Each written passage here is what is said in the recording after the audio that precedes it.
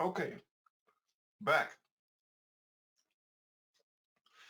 And I want to go through this a bit faster. Um, European foulbrood disease is caused by Melissococcus plutonius, and generally when it is a disease, as you can see, it also affects the brood. By the time we have it in the lab and we look at it under a microscope, we are actually looking at Pseudobacillus alvei. So this is what they call a secondary invader. It has some resemblance to American foulbrood disease, but it is neither ropey nor are there Melissococcus plutonius does not produce spores. It is basically taken over by the other bacteria, including Pseudobacillus alvei. It is what they call a disease complex, where a whole bunch of different bugs are involved. This is often a temporary disease, and it is effectively controlled with antibiotics, but in many cases during the spring season, it tends to disappear by itself. Okay, as you can see, the cappings don't have these perforations as like you have with American foulbrood disease. There is some discoloration in some of the cells, and actually this photograph shows another disease as well, particularly out here, and which is the next one that we will be talking about, which is chalkroot. I'm not trying to dismiss it as being unimportant, but in comparison to AFB, European foulbrood or EFB is not nearly as damaging of a disease. Okay? This is if you do have to apply antibiotics to it, this is the way to do it, and that is the way I also described it earlier in case with AFB in the height of summer, when you have honey supers on, that this is the quick way of getting it done, okay? Getting control over it. By the way, here you can see a queen cage, and I kept a suspicion that the way how this has been installed is wrong, because I think that here on the larger side is the screen that often covers the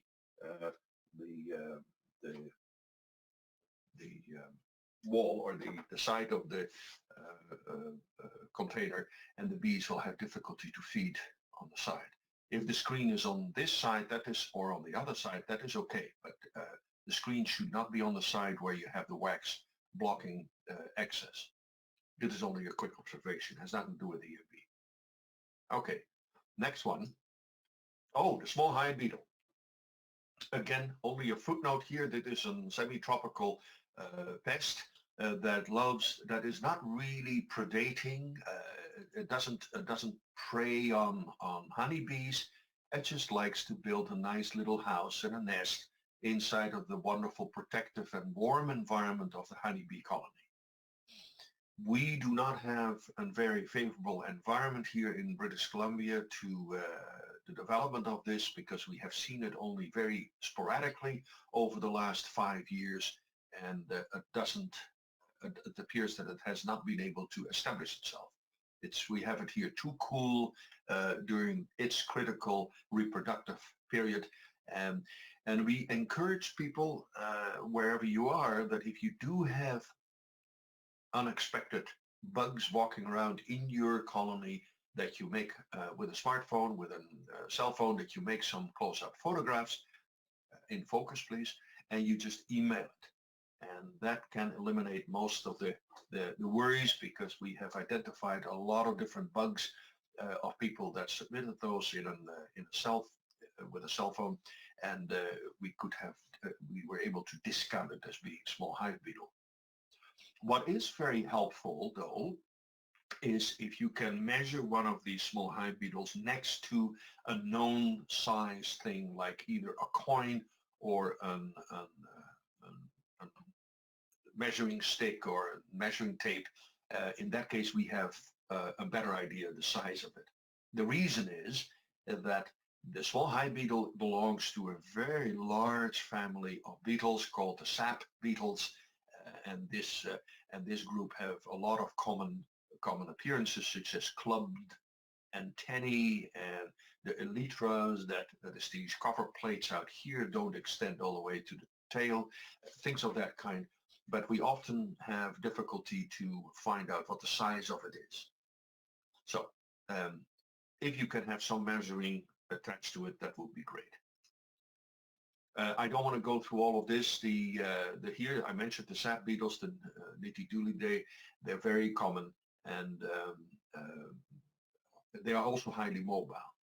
They tend to, when you do find them in your colony, first of all, they prefer small, weaker colonies where they can find enough space to have their own little nest.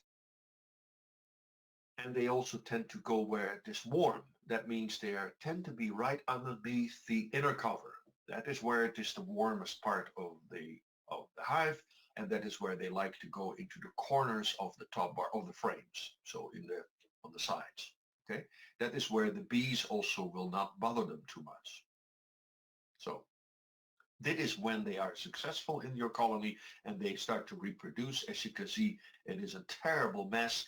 All these larvae that are crawling around will be defecating as well, and you often end up with very bubbly, alcoholic smelling muck that renders your equipment useless, and it's quite severely contaminated. So the best strategy against it is strong colonies, so that the bees basically do prevent these beetles to set up house. Chalkbrood I mentioned earlier. Chalkbrood is an ascosphere that is a microsporidian, or a specialized fungus that only affects the pupa, or the larvae rather, and the larvae then stops, and the mycelium, that fungal tissue, will infiltrate the tissue of the larvae and will dry them out. And so you end up with mummies. And these are good examples where you have a light-colored, white-colored mummy with a yellow dried up head.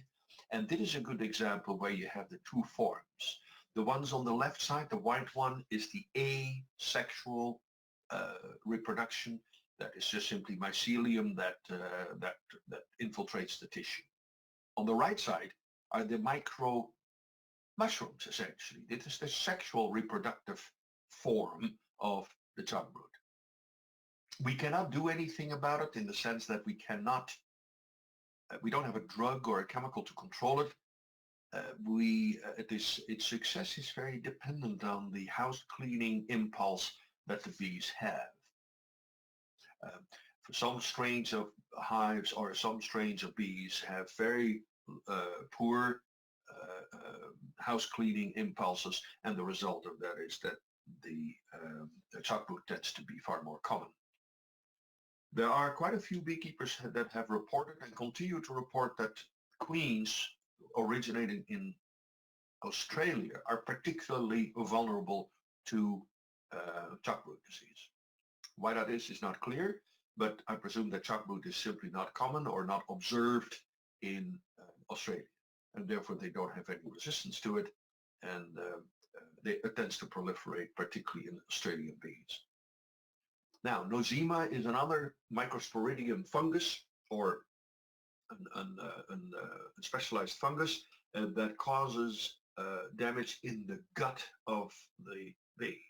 And what it is basically an oval-shaped body that has inside of it a phenomenally interesting an interesting harpoon-like structure with a spring-loaded affair. And as soon as the spore comes into the gut of the adult bee, this cell will shoot off this harpoon, and attached to the harpoon is a hollow tube, and the genetic material of the spore, of Nosema spore, will travel through the tube and enter the host cell. And the host cell is then basically taken over. It is being instructed to start making copies of the Nosema cell. And you eventually have, similarly to Nosema, to malaria, that you have an increase of all these cells that are producing Nosema cells, and eventually they burst, and all these newly minted Nosema spores then end up in the gut, and they are, of course, in the feces of bees, and they can no longer hold on to their fecal material, and the poor girls, the poor bees, will then defecate inside of the hive.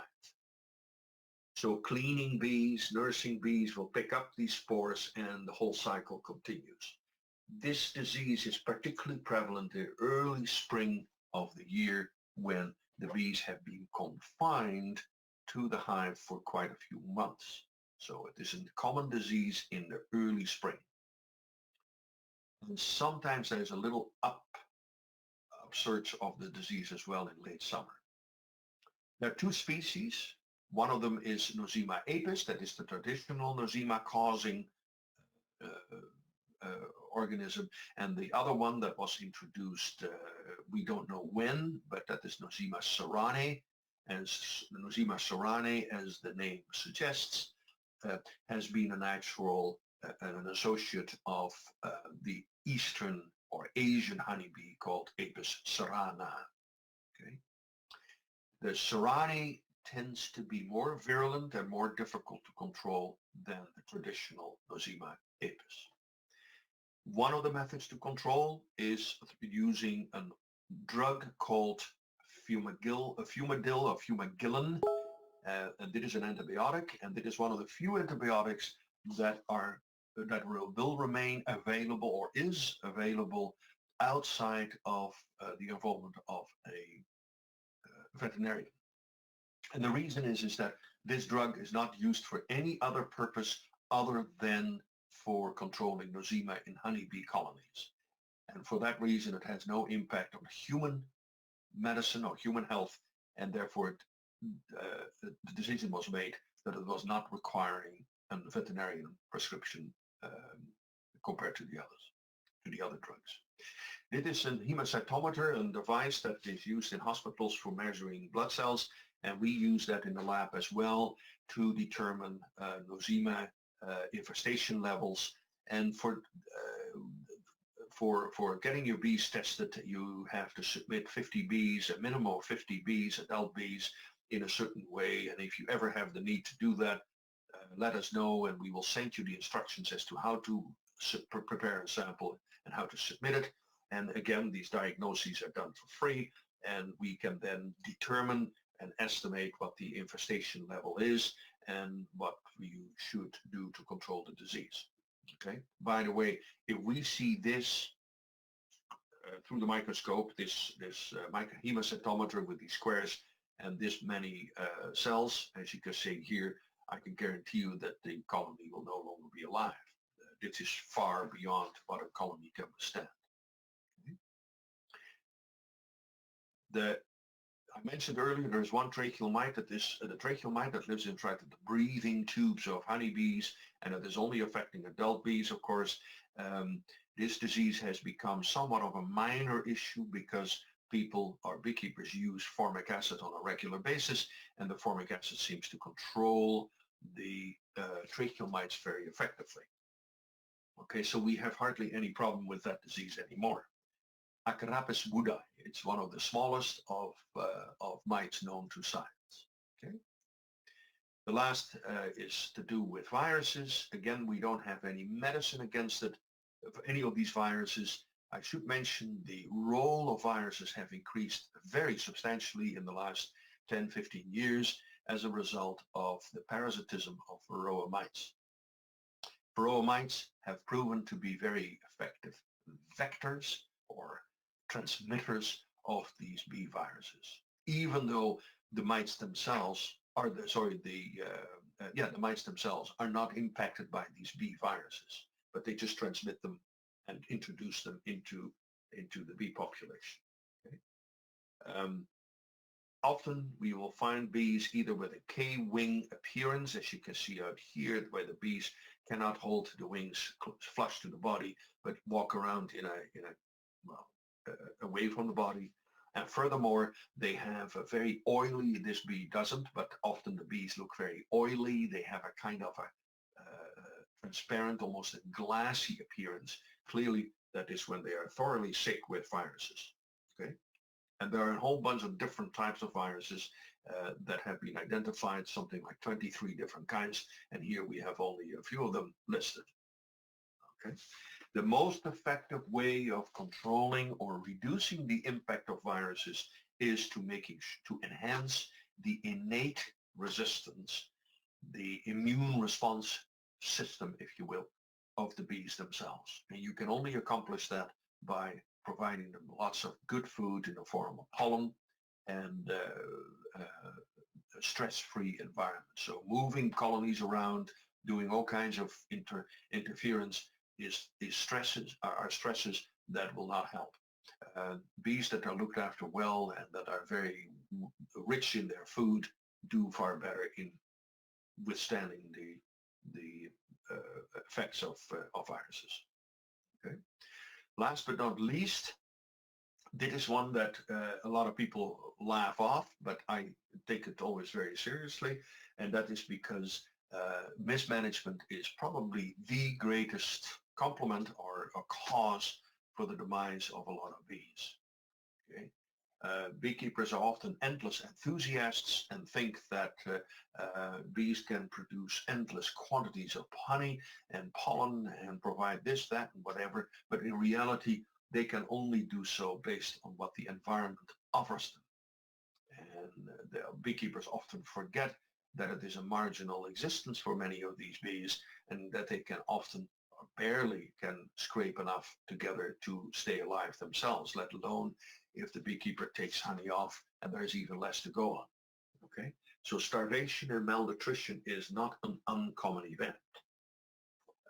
Then, of course, a lot of beekeepers don't know what to look for, and they often fail to identify the disease when it is still possible to identify it. If they wait too long, then the situation is a runaway disaster, and it is very difficult to get a handle on the disease when it is already a blazing issue. Again, applications are often applied in the wrong time or ineffectually, and in classic cases, Varroa mites. A lot of beekeepers think, oh, I just apply a treatment in the spring, and then I will treat one time as soon as I have taken the honey off in late August. But they don't know what's happening in the middle. Well, if you do that, there are some years that you can get away with it. But I have become totally convinced over the many years that this is the wrong approach. The only approach with Varroa mite is that you test, you monitor regularly every 4 to 6 weeks, and you get a feeling about the dynamic interaction between these two organisms. And you have to protect your bees against the exponential expansion of the mite population that often happens somewhere in the summertime. If you don't do that, then you can apply your mite control product after the honey has been taken off in the second half of August. That is true. And you may even be successful in getting rid and lower your mite levels. Unfortunately, you conveniently forget to deal with the viruses. And the viruses by that time, having had a high mite level, means that a lot of viruses have been introduced into the bee population, and they do their dirty work, the viruses, come October, November. And then the colony is dead, and beekeepers then give me a call or an email and said, I don't know what happened. I controlled the mites in the late summer, and here now I have a dead colony. A month ago they looked great. They still have a lot of food reserves, but my colony is dead. What happened? Well, the viruses have done their dirty deed because they were introduced in massive quantities in the summertime because the beekeeper allowed too many mites to walk around in the summer. Okay? So there is a direct correlation between the two organisms. Poor winter preparation. A lot of beekeepers are cheapo sometimes in their amount of food that they give, and sometimes these bees run out of fuel, out of food, not in November or December, but sometime in February when it can still be very cold. Poor management or hygienic management practices are often a problem. Poor equipment. People are sometimes too cheap to replace their equipment with newer and fresher one. And if there are holes and leakage and everything else, the bees are in a miserable place. And they will form stresses, and stressed animals always are much more vulnerable to disease. As I said before, there is a lack of knowledge about the life cycle between the pathogen and the host, and as a result, people often guess. And I encourage you, I cannot say it enough, I encourage you to work on the basis of fact-finding. Don't speculate, but take steps to find or get solid information. I found this, and this means I have to start applying control X, Y, Z. Okay? Factual information. People are often underdose or overdose their drugs and chemicals. And what I said earlier, often they are too cheap to replace their brood frames. So you have you have sometimes colonies that have ancient frames that are incredibly old. And that is a disservice to these bees because the bees deserve better. They deserve clean brood frames. Okay. And at the bottom, insufficient monitoring, not knowing what the hell is going on inside of the hive. So here we are at the end of the presentation.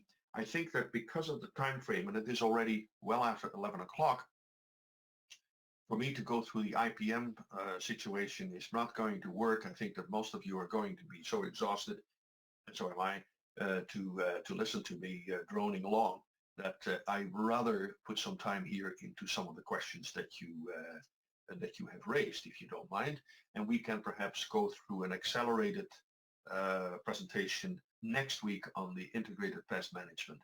And the integrated pest management presentation is really focused on finding out how do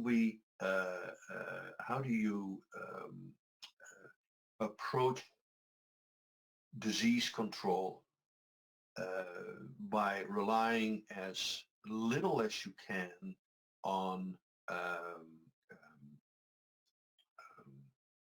chemicals. You may still need drugs, you may still need chemicals, but you can reduce it as much as possible.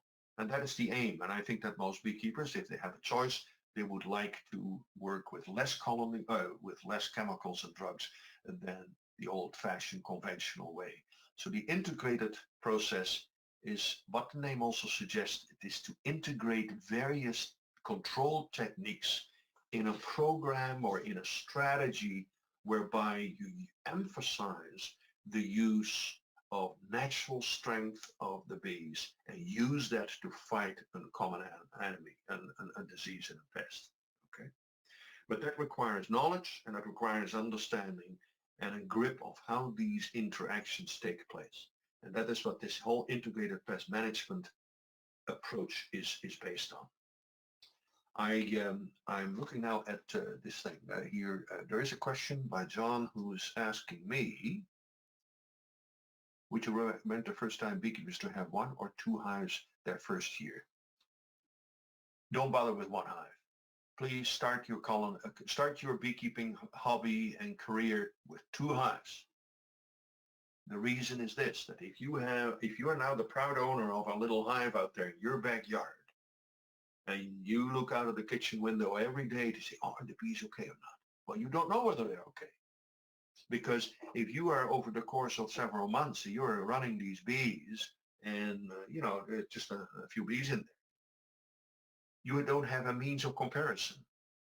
If you would have a second hive next to it, and this hive, that second one is that high, and this one is still one box high, well, I guess it's not hard to conclude that, hey, this baby, this one with only one box in it, means there's something wrong. Okay, so if the strong hive is out here, you may be able, depending on what is wrong with it, maybe this one is queenless. So you may want to then transfer some brood frames over into this weak colony from the strong colony so that they can make their own queen and then they can start, you can continue running them. So in other words, two hives give you far greater flexibility in your management than just one. Not just that, it's not much more work. So you have far better success when you have two hives. Okay. So highly recommend it. Somebody says, I have a flow hive. A point I would like to bring up is that you should remove the frame you want to extract maple or dandelion honey from before using your key so that you don't do harm to the bees. If the frame isn't full and you crank your key, you could snap off the heads of the bees. You know what, Alice, you're quite correct, but these are details that most people will not understand unless they know what they're talking about in terms of the hive, the mechanics and the operation of that flow hive. And I don't think it's appropriate to try to get into this in detail. I was just talking in general terms. Um, yes, you have to do certain precautionary things to be careful that you don't squeeze the bees or injure them when you operate and harvest your honeys. Good point. Any thoughts? Oh dear. Somebody, in addition to the water hive design, somebody is asking me about any thoughts, pros and cons for the Slovenian AZ hive design. I'm not entirely sure what that Slovenian design is. I do know, without promoting it because I don't know what it is, Slovenians have an extremely long and successful history of beekeeping. In fact, just about every self-respecting Slovenian is a beekeeper. If he or she is not a beekeeper, then their immediate relatives are. It is a country very small in the very top end, north end of the Adriatic Sea, close to Italy and former Yugoslavia, where beekeeping is a cultural tradition that extends hundreds of years. They also claim, I'm not sure how historically that is correct, but they also claim to have been the originators of the carniolan bee that is called Apis mellifera carnica, the carniolan bee. And the carniolan bee is actually named a little bit after a certain region in Austria and the Northern Balkans. And this is a very desirable strain of bee and a subspecies or a race of bee because of its very productive behavior, and yet at the same time it is a very gentle bee and it winters extremely well. This in comparison to the other side of the Adriatic, the Italian bee, that is called Apis mellifera ligustica, and that is a very photogenic bee. So typically Italian. I mean, you know, a showcase, but not beautiful yellow in color, golden color, and often used for photo albums where you have a beautiful display of these very nice yellow, orangey yellow colored bees. Italian bees, of course, evolved in a very more of a Mediterranean climate, and they often don't winter as well as carniolans. Nowadays, many of these bees are no longer that pure, and they have been intermixed and whatever. You have in Northern Europe the typical German bee, the Apis mellifera mellifera, which by tradition was a large-sized bee, dark in color, very good in wintering, kind of, and pretty good in disease resistance, lousy in its temperament. It was a pretty miserable bee to deal with, aggressive. And it is perhaps worth writing down to consider the following, because many of you may well start to think of purchasing bees for your first entrance into the world of beekeeping. Beekeepers sometimes get totally confused and worked up about, oh, I want to have a particular bee X or Y, or with a label from, oh, these are whatever bees, Russian bees, or, you know, this bee or that bee. You should step back away from the labels. Beekeepers often get totally worked up about it, and they spend way too much money on bees that may not turn out to be as good as they thought they were. There are 4 characteristics that any beekeeper, no matter how long you have been in bees, use as a measuring, as a means to measure the desirability of the bee. And that is this: they have 4 of them. One of them is, of course, productivity. Are these bees productive, or are they lousy, lazy bees? So productivity is an important one. The other one is winter hardiness, depending, of course, where you live. But many of us, particularly here in Canada, deal with bees that must withstand a winter season. So winter hardiness is an important component.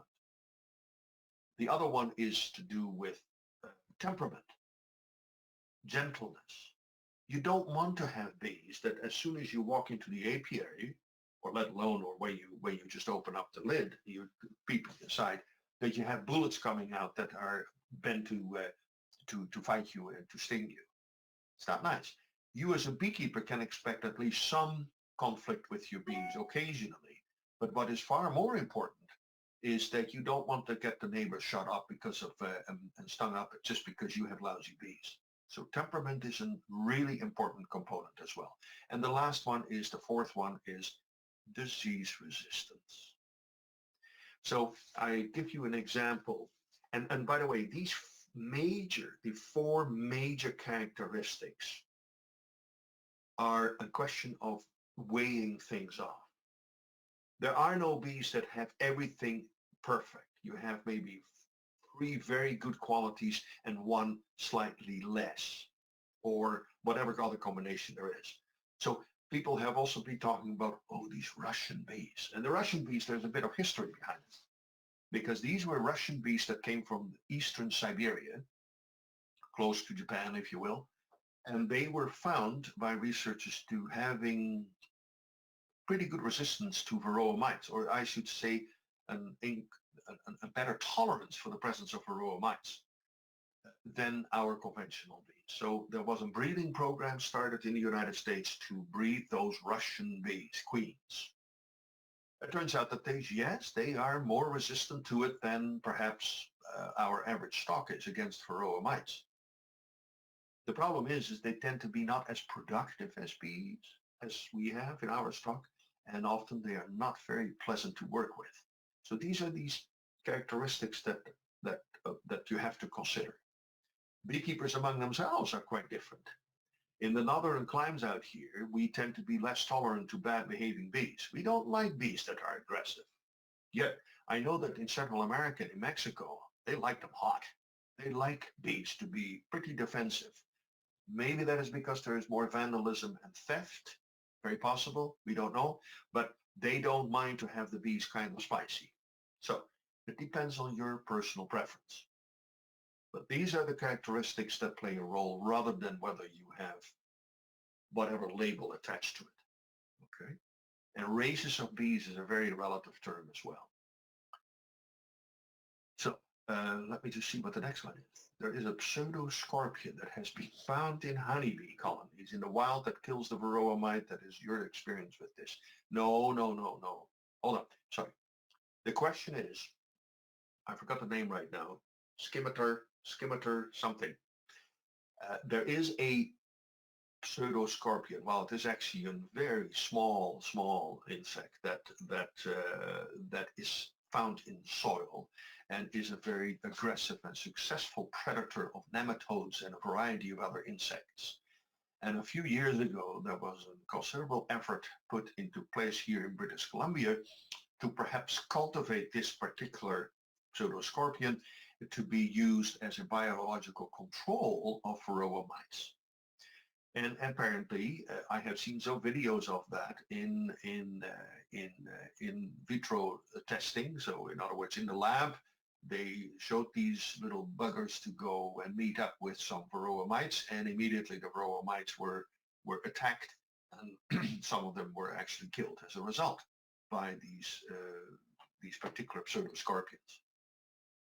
But with so many of these biological controls, the problem is that as soon as you apply it in the field, in an in vivo situation, in real life, then often the delivery methodology proves to be far more difficult, and the efficacy of the proposed drug or chemical or bioagent is lost.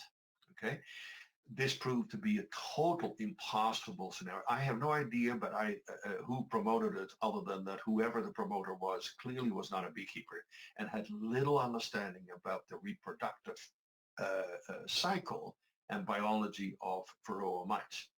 These scimitar scorpions were simply not able to get to their target prey in a live colony. The bees would simply not tolerate the scimitar scorpions to run around and go after the varroa mites. the real world was far more complicated than in the lab where you had some scorpion running after a mite. It just didn't work. So save your money. Don't do it. By the way, this product is commercially, these scorpions are being used or raised commercially for the control of other pests, soil pests, but not in honeybee colonies. But thanks for raising the question. Somebody cannot see my slide. So anyway, where can a person find articles such as 202? Well, now you really test me. What is 202 again? I don't know what the thing is, but they were mentioned in an email, but there is no link. No, there is no link. You should go into the government website, www.gov.bc.ca/apiculture. And then you go and click on Bulletins. And that gives you the library of a whole bunch of these extension materials. There are no links directly. I couldn't give you the links to all these individual papers because then it would fill up a huge pile of pages. So just visit the government website. Okay, after the mites reproduce and the bee and female mite emerges, the male mite will die. That's true. So how do mites reproduce the second generation without males? They reproduce the second generation without males. No, they need males. It takes two to tango. They will go and now I understand. The mites, the female mites who will lay eggs, will produce male and female offspring. And so you would have incest. You would have brothers and sisters also mate with each other occasionally. And particularly if you have more than one mite, two female mites that predate one's bee brood cell, their offspring will probably intermix and will have a crossbreeding taking place rather than inbreeding. I think that is the question you were after.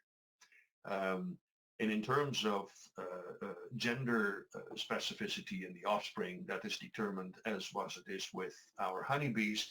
The female or the mite will lay eggs, and when it is a fertilized egg, that will be a female, and when it is just an egg without any interference with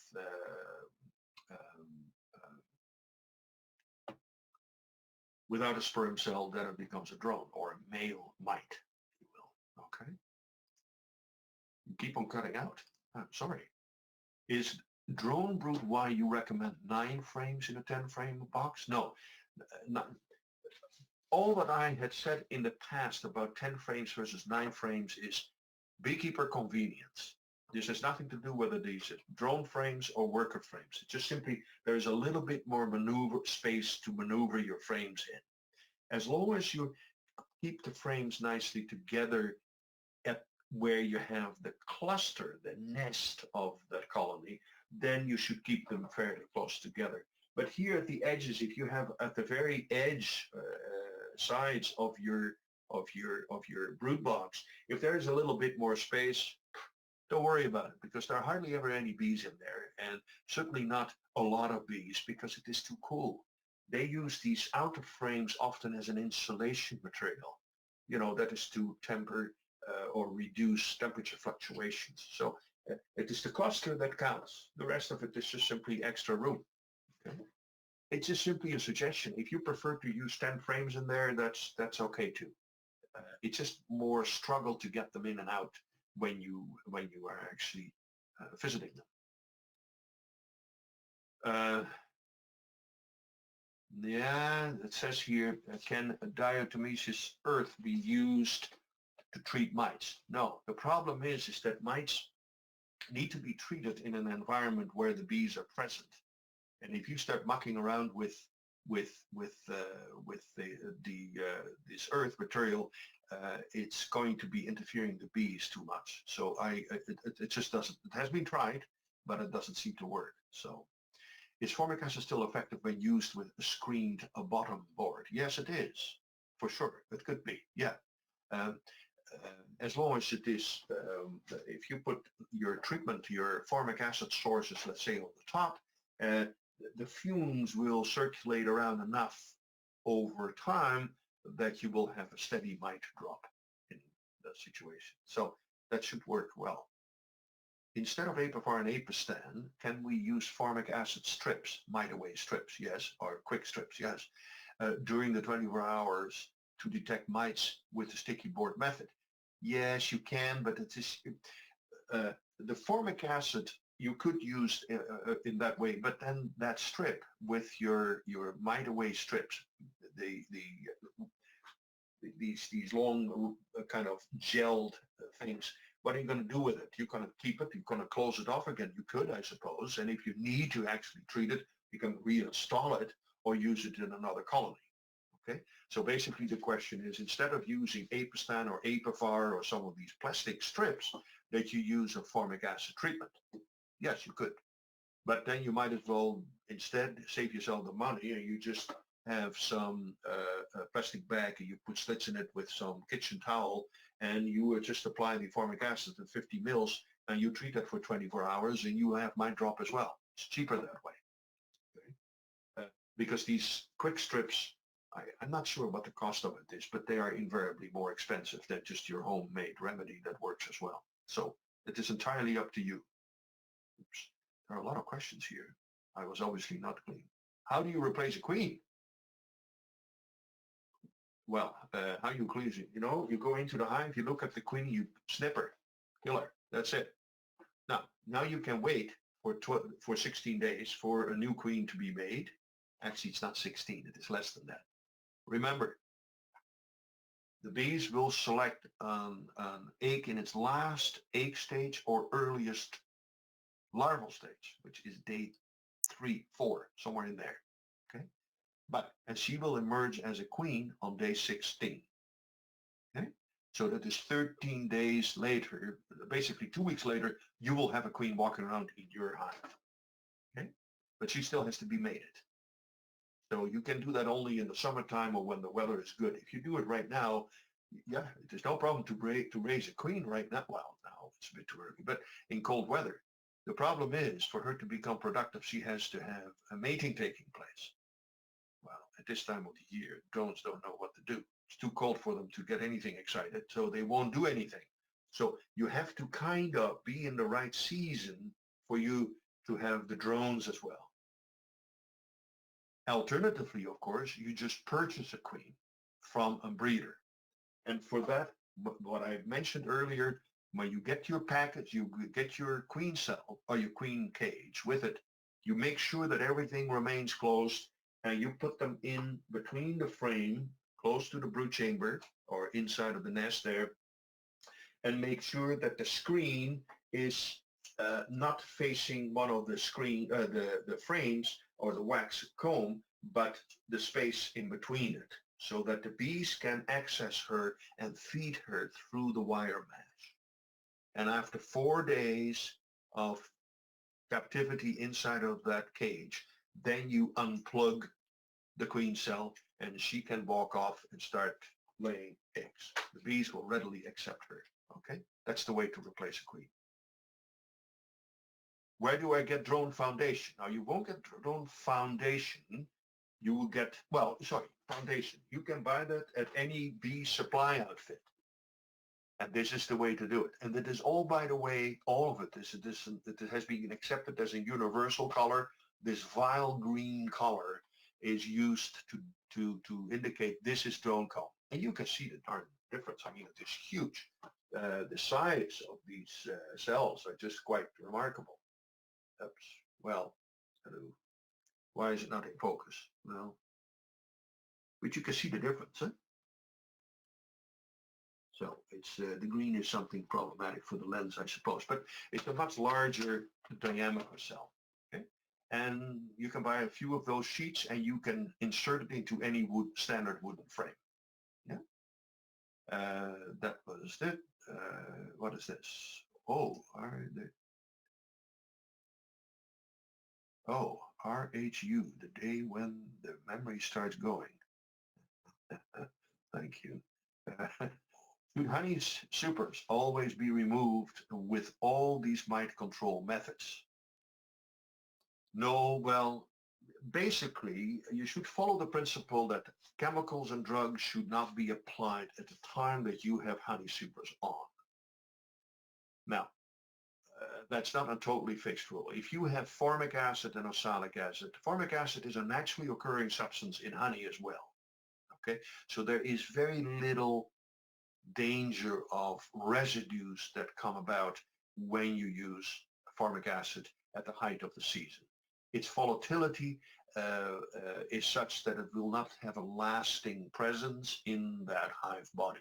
So you could apply a formic acid treatment when you are just at your height of your honey or honey flow and you don't want to take all the honey off. You could use a formic acid treatment, but don't continue to use the formic acid treatment. The intent here is simply to subdue the mite population enough that it doesn't cause too much damage. And after a couple of weeks, you may do another single treatment that lasts only for a few days. And then finally, after you have taken the honey off for harvesting, that you then actually test the colony closely and do a full treatment of, let's say, formic acid. Okay. But the proprietary products like Apistan and Apivar and those, and any of the drugs, you cannot do that when you have your honey supers on. It's only applicable for formic acid and oxalic acid. Is soap enough for washing equipment to prevent AFB? Or should it be a germicide such as, chlorhexidine? No. Washing and cleaning is enough. You don't need all kinds of chemicals.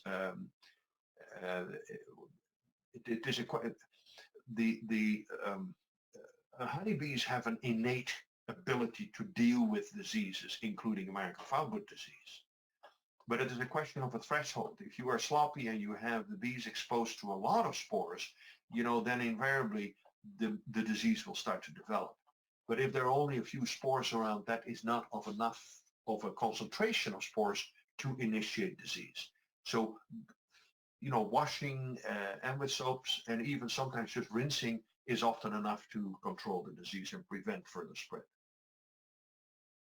So, is Europe, in Europe they use amitraz, 3 to 4 drops on paper after 20-minute burn. Yes, indeed.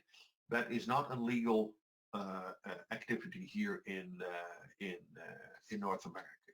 I know that has been around for decades, where they use paper that is strips that have been impregnated with amitraz, and then they put that into the hive, and it smolders. It doesn't flame, but it glows, and it removes, and the fumes will basically circulate inside of the hive and get rid of the mites. It is not an approved method, but it is a way of applying amitraz. Yes. For AFB, I have read you need to burn your hive boxes in all frames as the spores can live up to 70 years. Well, I already said that this for decades, its viability remains. The problem is that I know that ideally, yes, you should go and burn the darn stuff, but beekeepers are not that liberal in getting rid of all their beautiful equipment only because there are a couple of spores or a couple of cells that show signs of AFB. And that is why if you get into it more closely and more detailed, instead of a black and white environment to operate in with your bees, you have to do a quality or a judgment on this and say, hey, if there are only a couple of cells in there, I can take this frame out for good, okay, and then treat the colony with antibiotics and hope that it all works out. The intermediate thing is that if there are a few more cells in it, but the bees appear to be looking healthy, then you should transfer them over into fresh equipment and then clean out or get rid of all that stuff. And the last case is burn the works because it is so serious that everything is dead. Okay? And that is a judgment call. And that comes with experience, I suppose, and with having to read up or to measure the presence of the disease closely. So it's never black and white. So where do you burn your AFB frames? Well, it depends on where you're located. If you're living right here in the big city of, or in Metro Vancouver or some other places, you're not permitted. But to do that, but you could, as a substitute to burning, you could also put it in some heavy plastic bags and basically submit it to the landfill. Particularly in the wintertime, the bees will not visit this, and it will be buried, and other bees will not bother to access it. If you live in the interior, then the opportunity to burn it is much better. And one of the things, instead of an open pit situation, you can also have basically a few stones, and then you have an old oil barrel where you put in holes at the bottom, on the sides, and to allow airflow, you fill it up, or not fill it up, but you put a few of those frames in it to start it, and with a little bit of gasoline, and the works go up like you wouldn't believe. And the airflow will just form a funnel effect that will create a very clean burn. But again, if you have plastic foundation, you first have to take the plastic out. You don't want to burn all the plastic, okay? So, but you have to be careful that you don't get the fire department at your door. So, what is it? If you have A or B, if you don't burn the bees along with the hives, aren't they contagious as well? Yes, they are.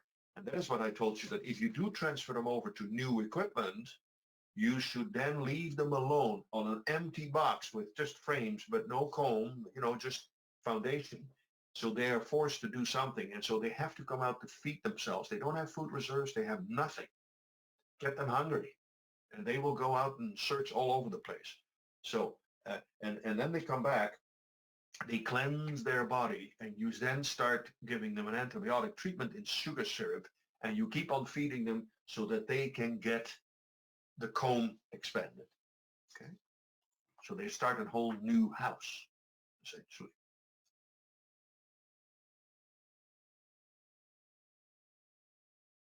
Oh, I'm sorry. Ooh, hold on.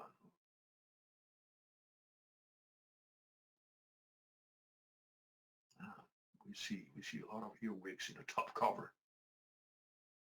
No, earwigs are not a problem. They often try to hide out there because it is nice, cozy, warm, and safe.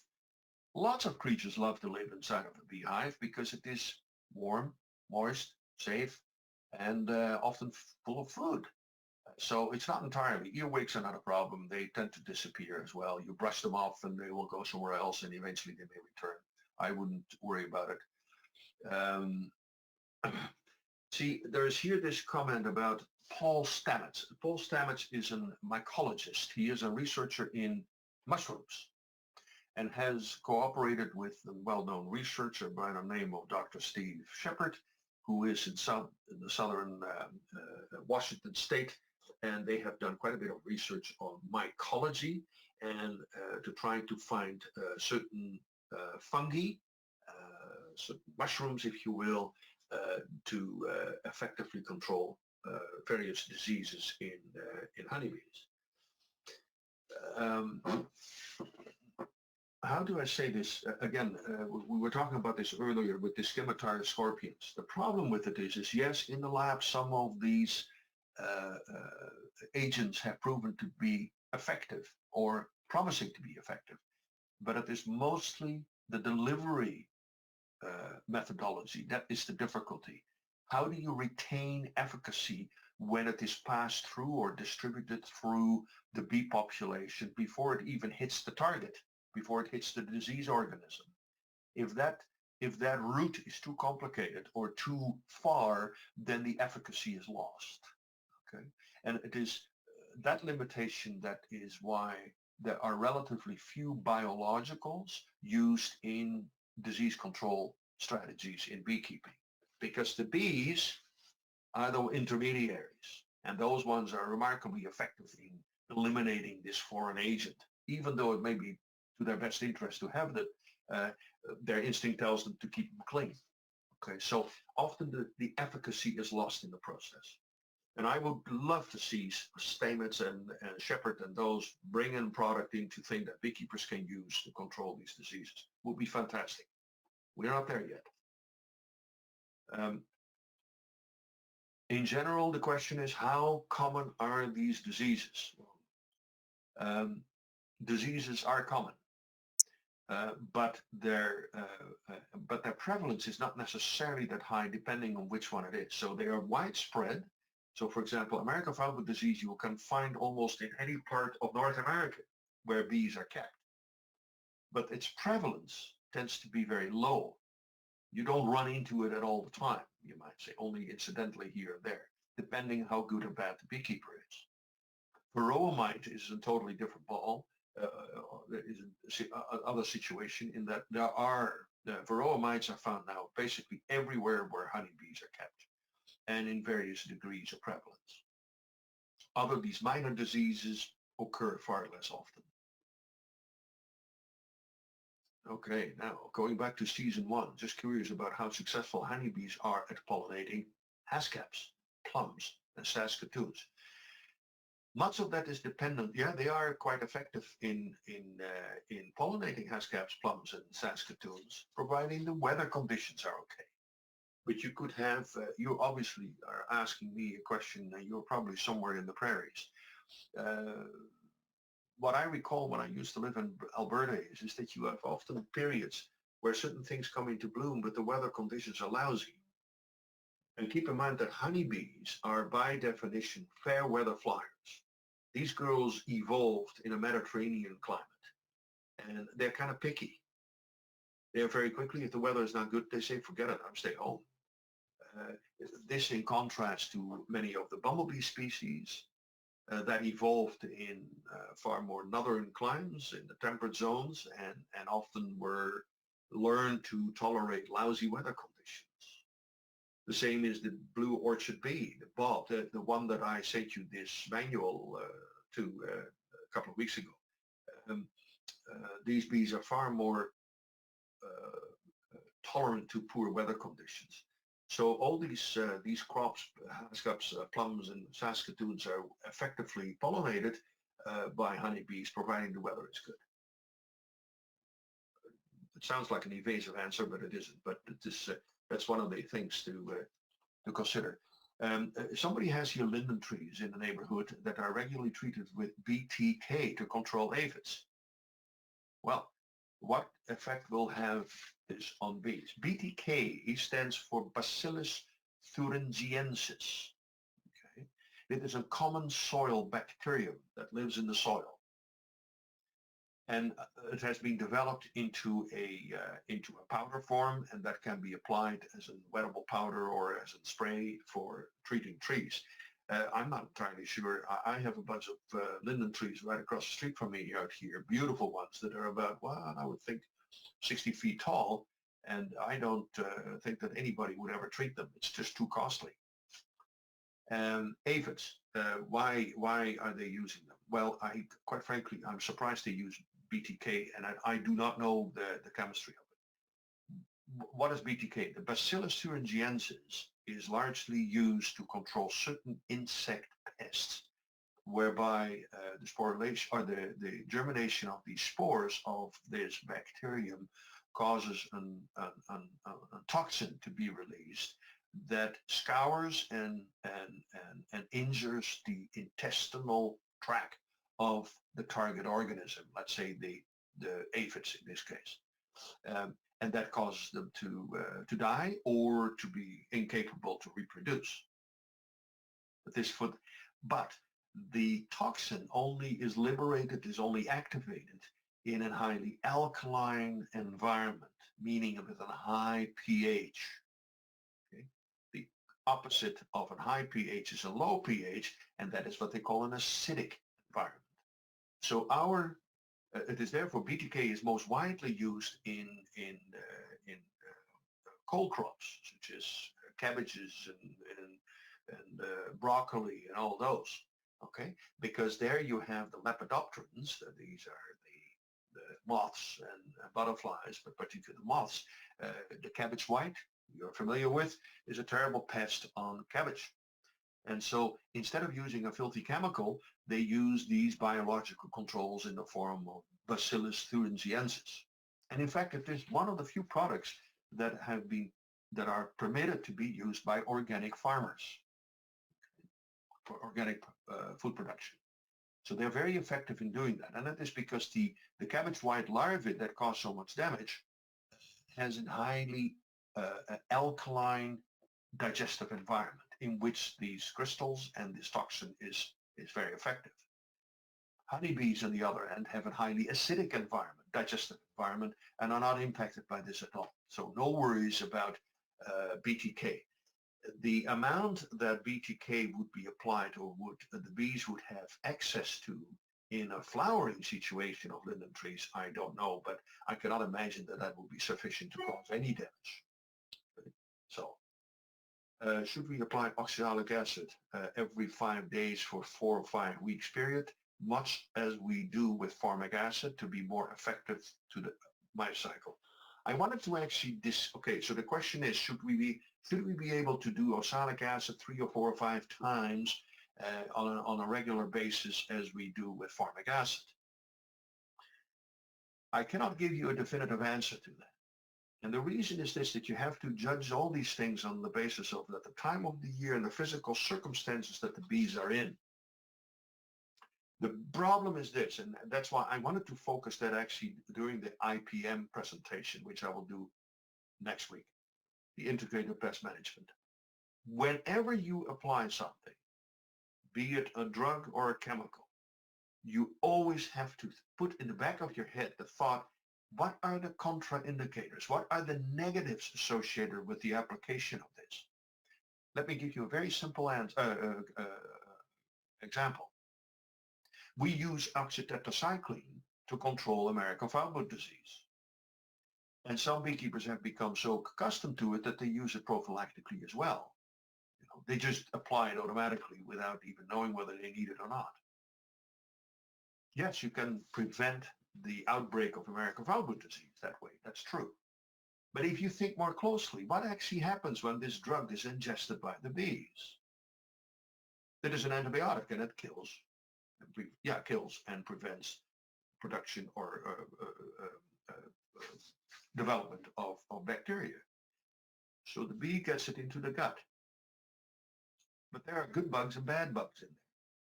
Many of them are very good bugs. In fact, many bugs, microbes that live inside of the microbiome of honeybees are essential in breaking down the hard cuticle of spores. Okay? And they cannot break that down themselves. They need the microbes with their enzymes to break down this coating of the pollen grains to liberate the protein and the rich food sources that are inside of the pollen grain. So if you use the antibiotics for controlling a disease in the hive, you also kill off an awful lot of the good bugs that are necessary for bees to thrive.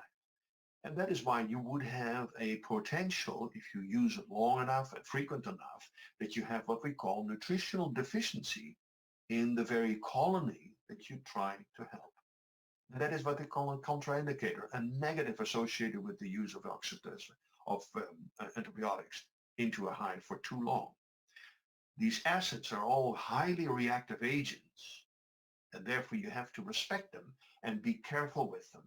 So it could well be that using 4 or 5 applications of oxalic acid is benign and will not impact the bees. But again, I said earlier with the formic acid as well, it may interfere with the communication between queen or the pheromonal communication within the nest, within the cluster, with the result that there is disruption. So be very respectful and careful with all this stuff that we put into these colonies. Okay.